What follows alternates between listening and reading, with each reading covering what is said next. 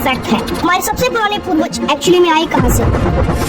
Hello बच्चों, से करीब 4 बिलियन साल पहले लाइफ की शुरुआत होती है धरती पर। बिलियंस ऑफ इयर्स एवोल्यूशन के बाद अनगिनत प्रकार के प्लांट्स और एनिमल स्पीशीज उभर कर आते हैं। ये सारे पेड़ पौधे, जानवर और जीव जो आप देखते हैं आज के दिन, वो सब आए एवोल्यूशन के चलते। इनमें से एक स्पीशीज होती है होमो सेपियंस की भी, यानी इंसान। लेकिन सवाल ये उठता है कि अगर इंसान बंदरों से आए तो आज के दिन भी हमें बंदर क्यों देखने को मिलते हैं? ये सारे बंदर, चिंपांजीज और गोरिल्लास, ये सब इंसानों में इवॉल्व क्यों नहीं हो जाते? ऐसे सवाल अक्सर उठाए जाते हैं लोगों के द्वारा। कुछ लोग तो एवोल्यूशन को ही नकार देते हैं, कहते हैं ये झूठ है। आखिर कितनी सच्चाई है इस एवोल्यूशन की थ्योरी में? ये थ्योरी है या फैक्ट भी है?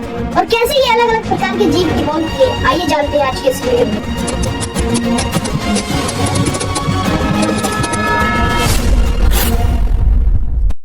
शुरुआत से दोस्तों सबसे बड़ी मिसकंसेप्शन को क्लियर कर देते हैं। एवोल्यूशन की थ्योरी कभी ये नहीं कहती कि बंदर इंसान बन गए, बल्कि ये कहा जाता है सारे चिंपांजीज, गोरिल्लास, बंदरों और इंसानों के पूर्वज एक ही रहे हैं और वो पूर्वज आज के दिन जिंदा नहीं है। एवोल्यूशन को अगर आप विजुअलाइज करना चाहते हो तो एक पेड़ इमेजिन कीजिए। एक पेड़ की शुरुआत होती है सिर्फ एक स्टेम से, फिर ऊपर जाकर टहनियां बनती है, फिर उन टहनियों से और छोटी छोटी टहनियां बनती है। ऐसे अगर आप आगे चलते रहे तो जो टिप आप देखेंगे इस पेड़ का, एंड पॉइंट जो है वो आज के दिन सारी जिंदा जीव। लेकिन एक सवाल तो आपके दिमाग में अभी भी आएगी कि जो हमारे पूर्वज थे इनमें से कुछ इंसान बने, कुछ चिंपांजी बने और कुछ बंदर बने, ऐसा क्यों हुआ? इसका जवाब वीडियो में आगे आप समझेंगे। साल 1859 में चार्ल्स डार्विन ने अपनी एक ऐतिहासिक किताब लिखी थी on the origin of species. इस किताब में उन्होंने थ्योरी ऑफ नेचुरल सिलेक्शन के बारे में बात करी थी। अब थ्योरी ऑफ नेचुरल सिलेक्शन सुनकर आपको लगेगा कि कोई बड़ी मिस्टिकल सी चीज होने लग रही है, सभी जीव में कोई इनर इंजीनियरिंग चलने लग रही है, लेकिन ऐसा कुछ नहीं है। बड़ा सिंपल फंडा है। जब भी रिप्रोडक्शन होती है इंसानों में, जानवरों में, पेड़ पौधों में, तो जीन जो है वो एक से दूसरे जीन में जाती है। हमारी जीन्स बच्चों में पास ऑन होती है और जब भी होता है तो जीन्स में म्यूटेशन देखने को मिलती है, थोड़े बहुत बदलाव आ जाते हैं जीन्स में और कुछ वेरिएशंस देखने को मिलती है। जैसे कि फॉर एग्जांपल आपकी ब्राउन आंखें और आपके बच्चों में ग्रीन आंखें देखने को मिलती है। इसका मतलब है कि अचानक से एक म्यूटेशन आ गई उनकी जीन्स में, आंखों को कलर देने वाली जीन्स में।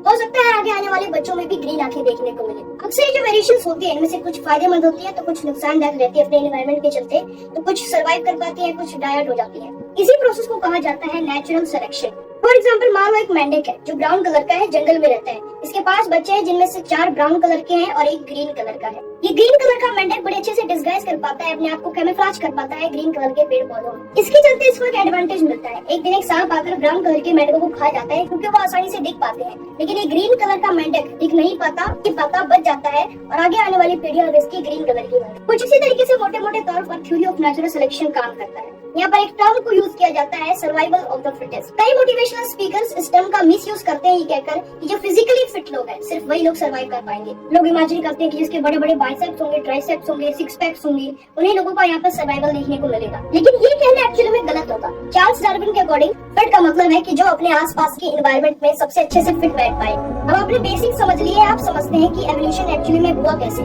एवोल्यूशन की ट्री में अगर आप टाइम में पीछे जाते रहे तो हर किसी में आपको एक कॉमन एंसेस्टर देखने को मिलेगा। कई बिलियन साल आगे चले तो एक बड़ा खास किस्म का बैक्टीरिया उभर कर आता है एवोल्यूशन के चलते, साइनोबैक्टीरिया। ये पहला ऐसा बैक्टीरिया होता है जो फोटोसिंथेसिस कर पाता है, यानी धूप का इस्तेमाल करके एनर्जी जनरेट करना। इसमें पानी को भी एक फ्यूल की तरह इस्तेमाल किया जाता है और एंड प्रोडक्ट यहाँ पर निकलता है ऑक्सीजन। जो सारी स्पीशीज आज के दिन एग्जिस्ट करती है ये सब एक इक्विलिब्रियम में एग्जिस्ट करती है। एक ऐसा इक्विलिब्रियम जहाँ हर कोई फिट बैठा है।